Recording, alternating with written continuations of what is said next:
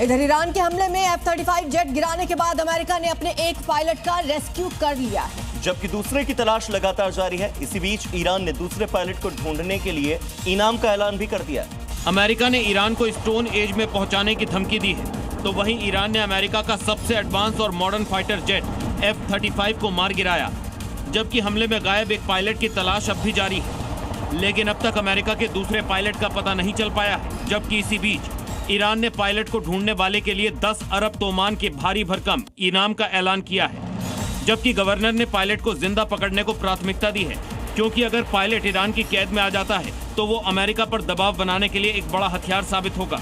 और New York times का दावा है कि अमेरिका और इजराइल के हमले में ईरान की मिसाइल क्षमता पूरी तरह से बर्बाद अब भी नहीं हुई है। साथ ही दावा यह भी किया गया है कि काफी संख्या में लॉन्चर्स मिसाइलें अब भी सुरक्षित है।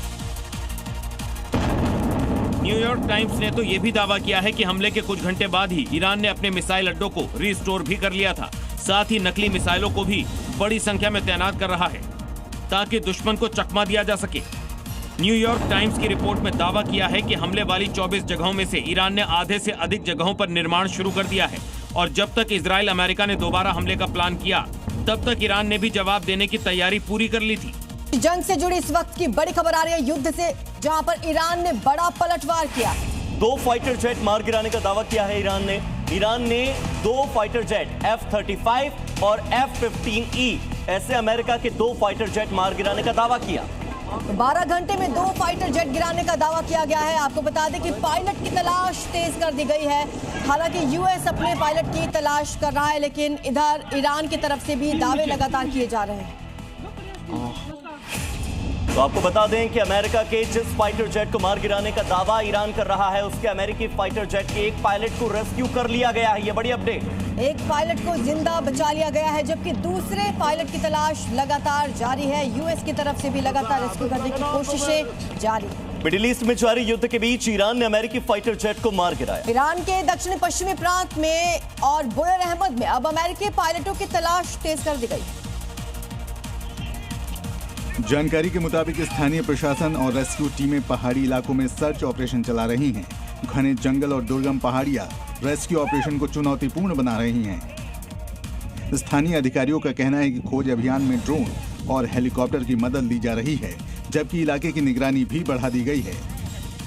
अभी तक पायलटों के बारे में कोई आधिकारिक पुष्टि नहीं हुई है। और इधर ईरान ने बड़ा दावा किया, देश के दक्षिणी तट के पास उसकी ग्राउंड एयर डिफेंस यूनिट से एक अमेरिकी ड्रोन को मार गिराया। ईरानी सेना के मुताबिक ये ड्रोन पर्शियन गल्फ के ऊपर उनकी हवाई सीमा में घुसा था, जिसके बाद ground to air missile system से इसे निशाना बनाया गया।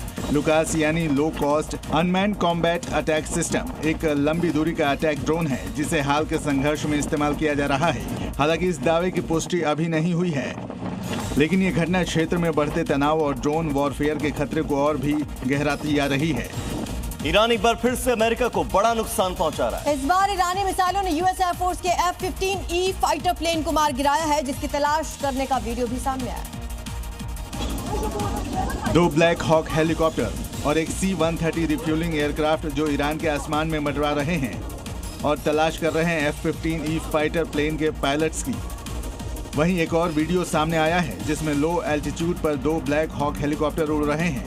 तभी वहां खड़ी एक कार से ईरानी पुलिस फोर्स के जवान उतरते हैं और फायरिंग करने लगते हैं। उधर ईरान ने एक और F-35 मार गिराने का भी दावा किया है।